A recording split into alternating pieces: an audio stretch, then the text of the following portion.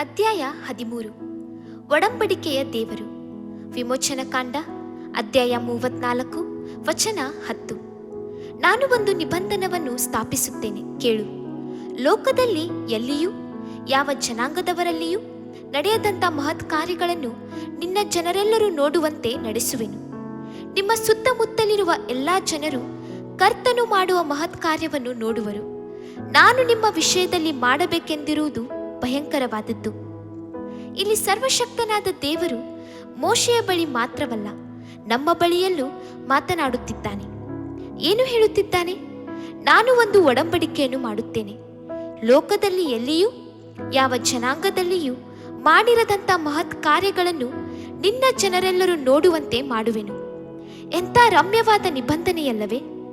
ಕರ್ತನು ನಮ್ಮೊಂದಿಗಿರುವಾಗ ಬೆಟ್ಟದಂಥ ಸಮಸ್ಯೆ ಇದ್ದರೂ ಅದು ಮಂಜಿನಂತೆ ಅಗಲಿ ಹೋಗುವುದು. ಎಷ್ಟೇ ಎರಿಕೋಗಳು ಅಡ್ಡ ಬಂದರೂ ಅವೆಲ್ಲವೂ ಒಡೆದು ಬೀಳುವವು.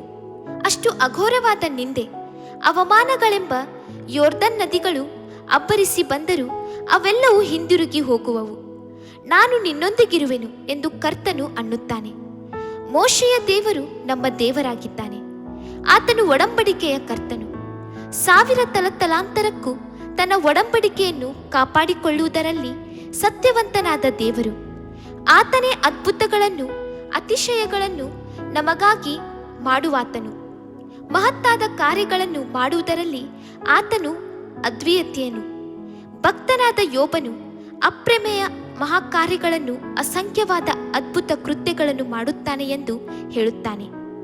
ಪ್ರಿಯ ದೇವ ಮಗುವೆ, ನಿಬಂಧನೆ ಎಂಬುದು ಇಬ್ಬರ ಮಧ್ಯೆ ಮಾಡಿಕೊಳ್ಳುವ ಒಂದು ಒಪ್ಪಂದವಾಗಿದೆ. ಇದರಲ್ಲಿ ಇಬ್ಬರು ನೆರವೇರಿಸಬೇಕಾದ ಕರ್ತವ್ಯಗಳುಂಟು, ಹೊಣೆಗಾರಿಕೆಯೂ ಉಂಟು. ಕರ್ತನು ನಮ್ಮೊಂದಿಗೆ ಒಡಂಬಡಿಕೆ ಮಾಡುತ್ತಾನೆ ಎನ್ನುವುದಾದರೆ ನಮ್ಮ ಕರ್ತವ್ಯವೇನು? ನಾವು ಆತನ ಆಜ್ಞೆಗಳನ್ನು ಕೈಗೊಂಡು ನಡೆಯಬೇಕು.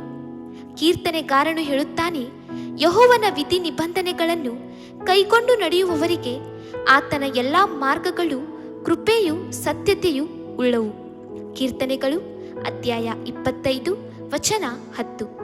ಸಾಮಾನ್ಯವಾಗಿ ದೊಡ್ಡ ರಾಷ್ಟ್ರಗಳೊಂದಿಗೆ ನೆರೆಯ ದೇಶಗಳು ಒಡಂಬಡಿಕೆಯನ್ನು ಮಾಡಿಕೊಂಡು ನಿಮಗೆ ಆಪತ್ತು ಸಂಭವಿಸಿದರೆ ನಾವು ಸಹಾಯ ಮಾಡುತ್ತೇವೆ, ನಮ್ಮ ಸೈನ್ಯಗಳು ನಿಮಗೆ ಸಹಾಯಕವಾಗಿ ಬರುವವು ಎಂದು ನಿಬಂಧನೆ ಮಾಡಿಕೊಳ್ಳುವರು. ಅದೇ ರೀತಿ ನೀವು ಸಹ ಎಲ್ಲ ಕಾರ್ಯಗಳಲ್ಲೂ ನಮಗೆ ಸಹಾಯಕವಾಗಿ ಇರಬೇಕು ಎಂದು ಒಡಂಬಡಿಕೆ ಮಾಡಿಕೊಳ್ಳುವರು. ಸ್ವಲ್ಪ ಆಲೋಚನೆ ಮಾಡಿ ನೋಡಿರಿ. ಸರ್ವಶಕ್ತನಾದ ದೇವರು ಆಕಾಶವನ್ನು ಭೂಮಂಡಲವನ್ನು ಉಂಟು ಮಾಡಿದಂಥ ಮಹಿಮೆಯ ಅರಸನು. ಯಾವ ಪ್ರಯೋಜನಕ್ಕೂ ಬಾರದಂಥ ಧೂಳು ಮಣ್ಣು ಆಗಿರುವ ನಮ್ಮೊಂದಿಗೆ ಒಡಂಬಡಿಕೆ ಮಾಡಿಕೊಳ್ಳುತ್ತಾನೆ ಎಂದರೆ ನಾವು ಎಂಥ ಭಾಗ್ಯಶಾಲಿಗಳಾಗಿದ್ದೇವಲ್ಲವೇ? ಆಹಾ, ಆತನ ಪ್ರೀತಿ ಕೃಪೆಗಳಿಗೆ ಅಳತೇ ಇಲ್ಲ. ಕರ್ತನು ಅಬ್ರಹಾಮನೊಂದಿಗೆ ಒಡಂಬಡಿಕೆ ಮಾಡಿಕೊಂಡನು, ಅದನ್ನು ಹಾಗೇ ನೆರವೇರಿಸಿದನು. ಇಸಾಕನೊಂದಿಗೆ ಒಡಂಬಡಿಕೆ ಮಾಡಿಕೊಂಡನು, ಅದನ್ನು ನೆರವೇರಿಸಿದನು. ಆತನು ಒಡಂಬಡಿಕೆಯಲ್ಲಿ ಸತ್ಯವಂತನಾಗಿದ್ದಾನೆ. ಯಾಕೋಬನೊಂದಿಗೆ ಒಡಂಬಡಿಕೆ ಮಾಡಿಕೊಂಡು ಅವನನ್ನು ಇಸ್ರಾಯೇಲನನ್ನಾಗಿ ಮಾರ್ಪಡಿಸಿದನು. ಇಂದು ನಮಗೂ ಆತನು ಒಡಂಬಡಿಕೆಯ ದೇವನಾಗಿ ರಕ್ಷಕನಾಗಿದ್ದಾನೆ.